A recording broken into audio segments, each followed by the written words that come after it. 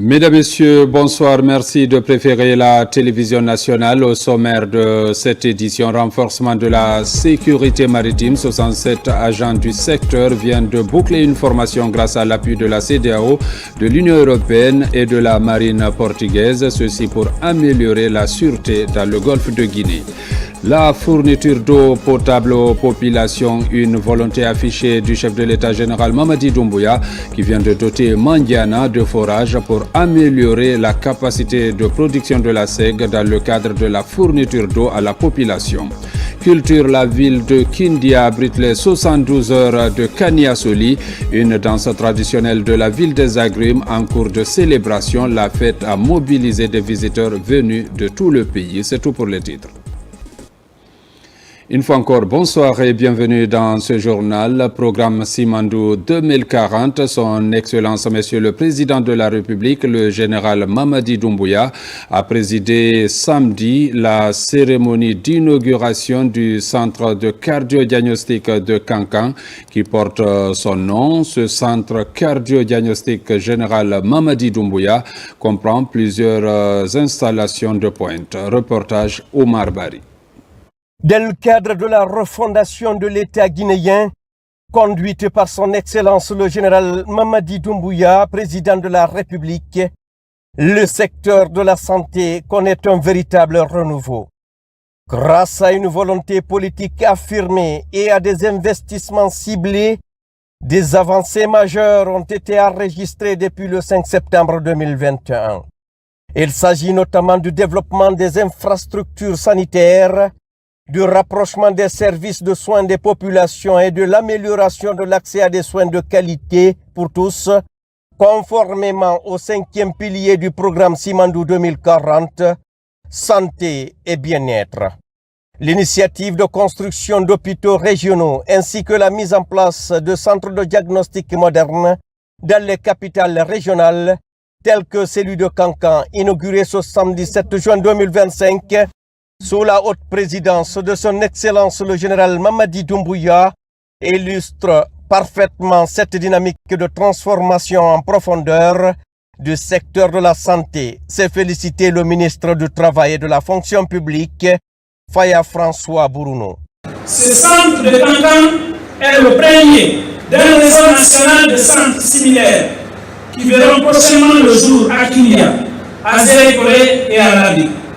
Cette démarche est une réponse directe aux aspirations légitimes des citoyens pour une égalité réelle et effective d'accès à des soins médicaux de qualité partout sur notre territoire national.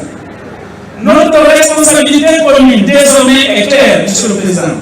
Assurer une gestion rigoureuse et durable de ces infrastructures, la formation continue du personnel médical et technique, ainsi que l'entretien scrupuleux de ces équipements de pointe sont essentiels pour garantir la pérennité de nos actions et leur impact positif, durable sur notre société.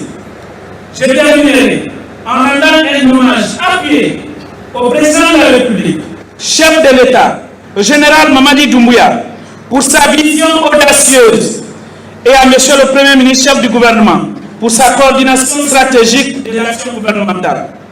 Je réaffirme ici, au nom de tout le département du travail et de la fonction publique, notre détermination à poursuivre des réformes engagées et à faire de la protection sociale un véritable instrument de transformation de notre pays. C'est avec tous que nous allons bâtir une Guinée où la protection sociale constitue le socle de notre prospérité. Car c'est ensemble, dans la solidarité, la rigueur et la foi en notre avenir que nous parviendrons à bâtir un État social fort, protecteur et digne des aspirations de notre peuple. Un centre, je dirais ce centre se veut un témoignage vivant de cette ambition au service de la santé de nos concitoyens. Et je voudrais vous rassurer qu'il y aura une forte synergie entre le département du travail et de la fonction publique et le ministère de la Santé et de l'Hygiène publique dans le cadre de son opérationnalisation. Ce centre cardio-diagnostic général Mamadi Doumbouya comprend plusieurs installations de pointe, dont un bloc de cathétérisme cardiaque, des salles de consultation en cardiologie, une unité de soins intensifs cardiologiques, une salle de radiographie osseuse et pulmonaire, un scanner, un service des urgences, une IRM, une salle de mammographie, un laboratoire de biologie médicale ainsi qu'une pharmacie, a précisé le directeur général de la Caisse nationale de sécurité sociale, Bakary Silla. Ce centre-là est unique en son genre, puisque c'est la première fois que nous déployons à l'intérieur du pays, en particulier à Kankan, un centre de diagnostic et de cardiologie interventionnelle qui permet de faire des opérations du cœur, et notamment de traiter les AVC. Et en plus de cela, nous avons tous les équipements d'imagerie ici, et que ce soit les IRM, les scanners, la radiologie, la mammographie, notamment pour la détection précoce du cancer des seins. Au regard de ces réalisations, il est manifeste que la vision de refondation portée par son Excellence le général Mamadi Doumbouya se concrétise avec constance et détermination dans le secteur de la santé comme dans les autres secteurs vitaux. Cette dynamique est le fruit d'un engagement sincère du chef de l'État en faveur du bien-être de nos concitoyens à travers le programme hautement stratégique Simandou 2040 pour le développement socio-économique durable et responsable de la Guinée pour les 15 prochaines années. Volet formation à présent, 67 agents de la sécurité maritime ont bouclé un renforcement de capacité. L'initiative marque le couronnement d'un perfectionnement et d'un partenariat stratégique entre la République de Guinée, la CEDEAO, l'Union européenne, l'Institut portugais et la marine portugaise. Un programme régional d'envergure visant à renforcer la gouvernance et la sécurité maritime dans le golfe de Guinée. Reportage Amadou Touré, Abdul Razak Souma. Ils sont 67 agents issus de la marine marchande, du Centre national de surveillance des pêches CNSP et de la marine nationale qui reçoivent leur certificat de fin de formation multisectorielle interne en sécurité maritime. L'initiative s'inscrit dans le cadre de la modernisation et de la redynamisation des services maritimes relevant de la vision de refondation et de rectification institutionnelle voulue par le CNRD. Ces actions ne sont ni ponctuelles ni isolées. Elles s'inscrivent pleinement dans la vision stratégique du président de la République, chef de l'État, chef suprême des armées, son Excellence le général Mamadi Doumbouya, qui, à travers la politique de refondation de l'État, fait de la sécurité maritime une priorité nationale et un pilier de la souveraineté dans nos espaces maritimes. À ce titre, le rôle de la Direction nationale de la marine marchande est de garantir la mise en œuvre rigoureuse des normes, des conventions internationales. Pendant la formation, il était question de connaître les défis liés aux dégâts causés en mer. On a eu des formations qui nous ont donné des compétences qui nous permettent aujourd'hui de connaître beaucoup de choses pour pouvoir lutter contre ces fléaux. Le programme fait partie du projet SOASM.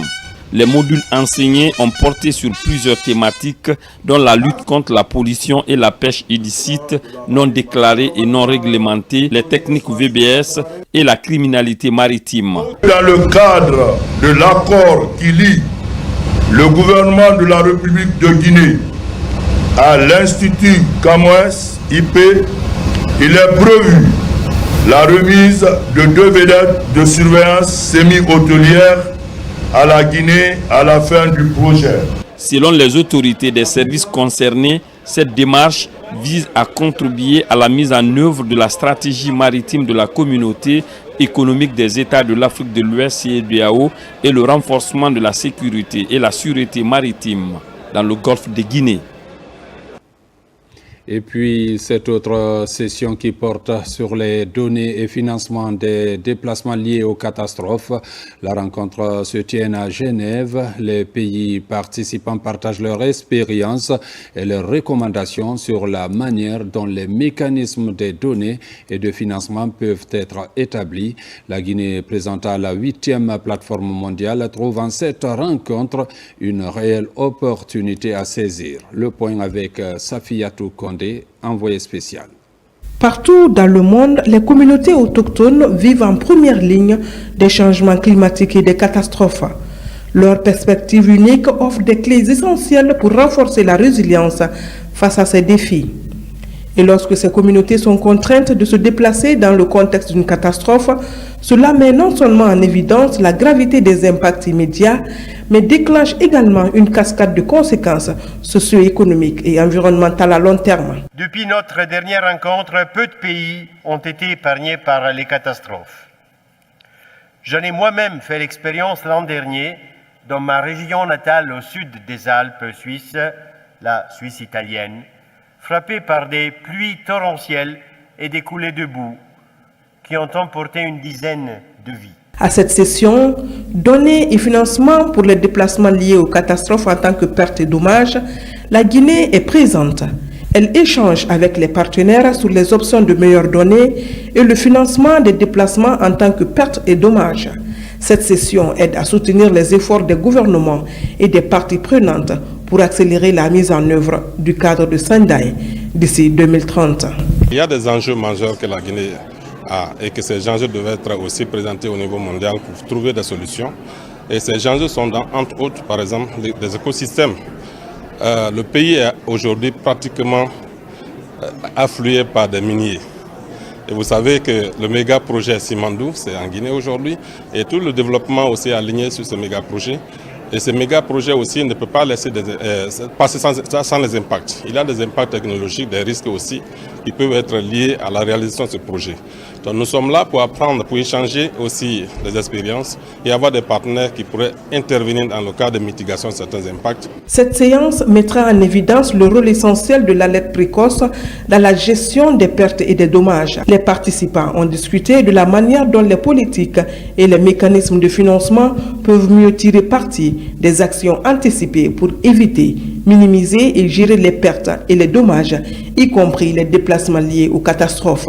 Les pays africains qui sont confrontés à la fois à des catastrophes récurrentes, aux effets du changement climatique, à des conflits, à la violence et à tous les déplacements qui sont liés, ont besoin de soutien international. Et vraiment, si je peux avoir une recommandation ou un cri du cœur à la communauté internationale à l'issue de cette conférence, c'est qu'on voit davantage d'engagement, davantage d'investissement, y compris bien sûr financiers, pour aider les pays affectés, notamment en Afrique. Les voix des peuples autochtones trop longtemps marginalisés sont essentielles pour construire un avenir où la résilience n'est pas seulement une réponse aux crises, mais une manière de vivre en harmonie avec notre planète. À Genève, toujours agenda particulièrement chargé pour le ministre du Travail et de la Fonction publique. Faya François Borono a été reçu en audience par le directeur général de l'OIT, avec qui il a été question des appuis que l'institution apporte à la Guinée. Autre rencontre, c'est celle avec la directrice régionale de l'OIT pour l'Afrique et le directeur général du Centre régional africain d'administration du travail. Des échanges fructueux qui consolide la qualité des relations entre la Guinée et ses instances. Envoyé spécial Mamadi Terna Kamisoko. 11e directeur général de l'OIT et premier Africain à accéder à ce poste, Gilbert Oumbo a au cours de ces 2 dernières années porté une attention particulière à la République de Guinée. En marge de la 113e session de la Conférence internationale du travail, une délégation guinéenne conduite par le ministre du Travail et de la Fonction publique a été reçue par l'ancien Premier ministre du Togo. Au cours de cette rencontre, nous avons échangé sur plusieurs sujets. Premièrement, nous avons partagé avec lui le message du président de la République, chef de l'État, et celui de monsieur le Premier ministre, chef du gouvernement, relatif à la satisfaction du gouvernement guinéen quant à l'appui que nous avons bénéficié durant les 12 derniers mois, l'appui qui nous a permis d'obtenir aujourd'hui une politique nationale de santé et sécurité au travail, une liste nationale des maladies professionnelles, un pacte national de stabilité pour la croissance et la prospérité, une convention collective dans le secteur des mines et carrières, et le programme Pays pour la promotion du travail décent. C'est un département qui est vraiment à l'écoute des travailleurs, qui met le dialogue social comme levier pressant pour toute préoccupation des travailleurs et des travailleuses de Guinée. Donc c'est ce qu'on a eu à dire au directeur général de l'OIT, que vraiment nous ficelons un partenariat très appréciable. Poursuivant ces échanges dans les couloirs de l'Organisation internationale du travail, le ministre Bruno a également rencontré la directrice régionale de l'OIT pour l'Afrique, la rwandaise Fanfan Kairangwa. La Guinée, depuis cette année, a un nouveau programme pays pour le travail décent qui a été adopté et nous pensons que c'est un signe que la Guinée, par rapport à l'agenda du travail décent, est vraiment très concernée et fait beaucoup d'efforts. Le ministre s'est également entretenu avec le directeur général du CRADAT, Centre régional africain d'administration du travail, une institution dirigée par Arsène Armand qui a bénéficié de formations de cadres guinéens comme Lamine Sidimé et Feu Jean-Marie Doré. J'ai beaucoup d'attachement pour ce pays.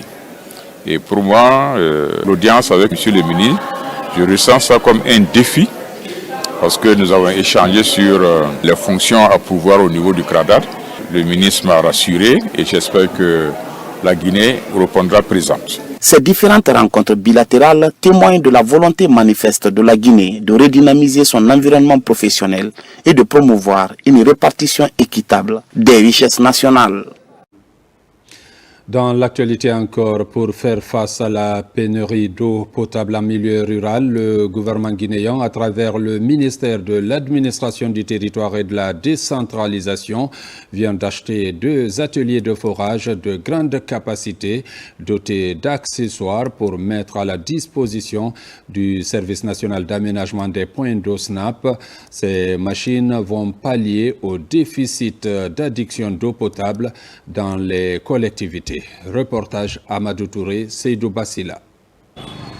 2 ateliers de forage de dernière génération avec accessoires accompagnés de citernes. C'est une commande du gouvernement guinéen à travers le ministère de l'Administration du territoire et de la décentralisation. Ces camions forage mis à la disposition du Service national d'aménagement des points d'eau SNAP sont destinés aux régions administratives de Mamou et de Farana. C'est une joie énorme pour le service et pour la population guinéenne d'avoir ces machines de forage. C'est une première que le gouvernement met la main dans la poche pour acheter nos propres machines de forage, doter les services techniques. Ça va résoudre beaucoup de problèmes, notamment l'intervention anarchique de d'autres machines dans la région, et ça va résoudre aussi la pénurie d'eau. L'accès à l'eau potable en zone rurale est aujourd'hui une préoccupation majeure des autorités guinéennes. Remercier le président de la République qui, pour nous, c'est une première en République de Guinée, avoir pensé aux communautés, parce que c'est ça l'essentiel. Et remercier aussi le ministère de l'Administration du territoire et de la décentralisation, et sans oublier aussi le ministère du budget et celui de l'économie et des finances. Selon les responsables du Service national d'aménagement des points d'eau SNAP, ces 2 ateliers pour les régions de Farana et Mamou ne sont que le début d'un programme de mise en place et de renforcement d'équipes régionales du SNAP pour faire face aux problèmes d'eau potable en zone rurale. C'est parti pour le recensement des Guinéens vivant au Sénégal. Beaucoup de nos compatriotes vivent dans ce pays ami. Ils ont décidé de participer massivement à la réussite du PNRAVEC. Les agents recenseurs ont lancé l'opération et l'affluence est grande. Makeme Donzo.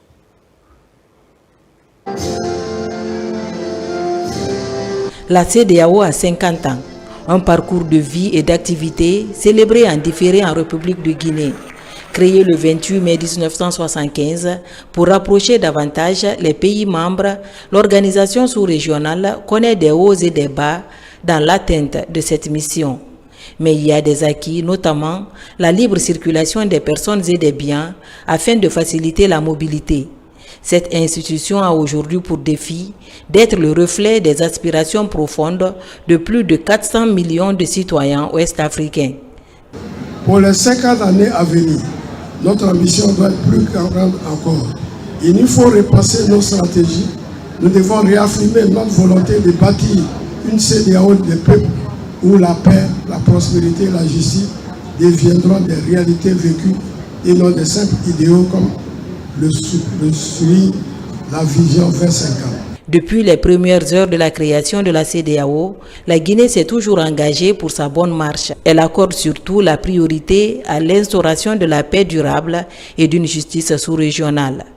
Au-delà des institutions et des traités, notre organisation commune, vue par ces peuples, citoyens ouest-africains qui donnent vie à cette ambition commune.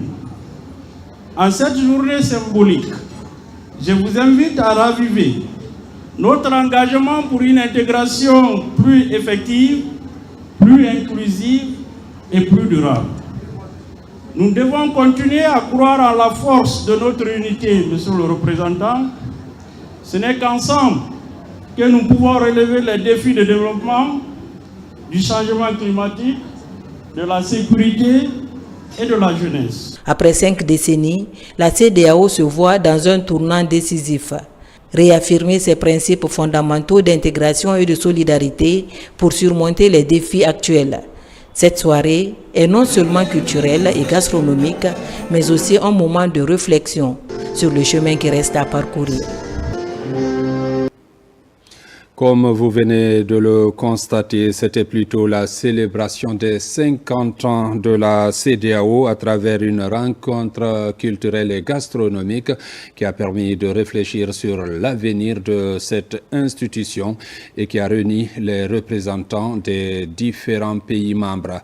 La place des martyrs de Kindia vient de servir de cadre au lancement des activités de la 6e édition des 72 heures de Kaniasoli, une conception de l'association Kaniadié en synergie avec le ministère de la Culture, du Tourisme et de l'Artisanat. Le but est de promouvoir les vertus de cette danse traditionnelle guinéenne sur la scène internationale. Reportage Mikini Moussa Kamara, Alpha Yassila. La ville de Kindia, capitale des agrumes, mais aussi capitale du folklore du littoral guinéen, la Basse-Guinée. Parmi les danses traditionnelles, la danse soli ou la danse des garçons intrépides est forte. Elle est dansée jadis au clair de lune dans un espace public, au vu et au su de tous les spectateurs. La ronde des garçons est émaillée par des tacles de jambes qui éliminent un à un les concurrents au titre du plus fort du village. Depuis 6 années successives, les filles et fils de Kindia réunis en association organisent le festival de danse 72 heures de danse soli ici à la place publique. Kaniasoli, c'est la danse, c'est la culture, c'est les traditions, mais tout cela, le maître mot en fait, c'est la solidarité. C'est montrer que ce pays, la Guinée, est riche de sa diversité et que l'identité culturelle de notre pays est sans précédent. C'est un patrimoine historique, mondial même, je pourrais dire. Un peuple qui ignore sa culture est voué naturellement à l'échec. C'est ça la culture. À l'image des grands festivals qui renaissent sur le plan national. Mais le Kaniasoli va avoir bientôt un siècle d'existence, pour ceux qui connaissent. Alors, que les nouvelles autorités en face aujourd'hui, un de leurs chevals de bataille, je ne peux que m'en réjouir. Au lendemain de la fête de l'Aïd el-Kébir, les Kindiakas se retrouvent à nouveau pour échanger, danser et communier dans la joie à la belle étoile, comme le veut la tradition. Avec la refondation du général Maurice Doumbouya, alors on est en train de revenir sur nos pas. Parce que la culture prospérer, vivre à travers les mœurs et les coutumes, de son pays, alors cela va mieux intégrer les fils du pays à être ensemble, défendre les intérêts du pays dans la joie, dans la jouissance et dans tout. J'ai dit à tout le monde qu'on n'est pas là pour danser. Si c'était pour danser, chacun allait aller dans une boîte ou rester chez lui. On est là pour l'union, pour magnifier notre culture et montrer notre identité. Comme je l'ai dit tantôt, un peuple qui ignore ses coutumes et sa culture, c'est un peuple qui s'égare. Ce soir, va déclarer sa seconde face. Mesdames, Messieurs, c'est la fin de cette édition. Merci de l'avoir suivi et bonne suite de programme sur la télévision nationale.